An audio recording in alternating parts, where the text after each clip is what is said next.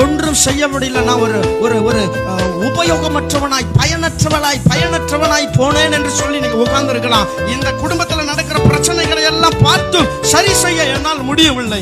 இந்த சூழ்நிலைகளை பார்த்தும் இதில் உதவி செய்ய என்னால் முடியவில்லை. இந்த இழப்புகளின் மத்தியில என்னால் இதை ஈடுகட்டி கொண்டு வர்றதுக்கு என்னால் முடியவில்லை. ஒரு குடும்ப தலைவனா என்னால் நிற்க முடியல.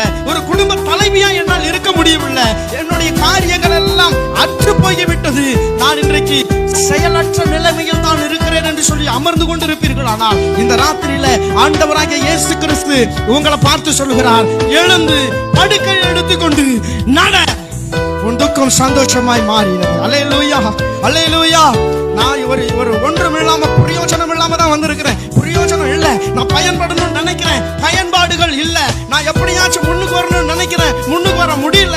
எழுப்பணும்னு நினைக்கிறேன், எழுப்ப முடியல. கட்டணும்னு நினைக்கிறேன், கட்ட முடியல.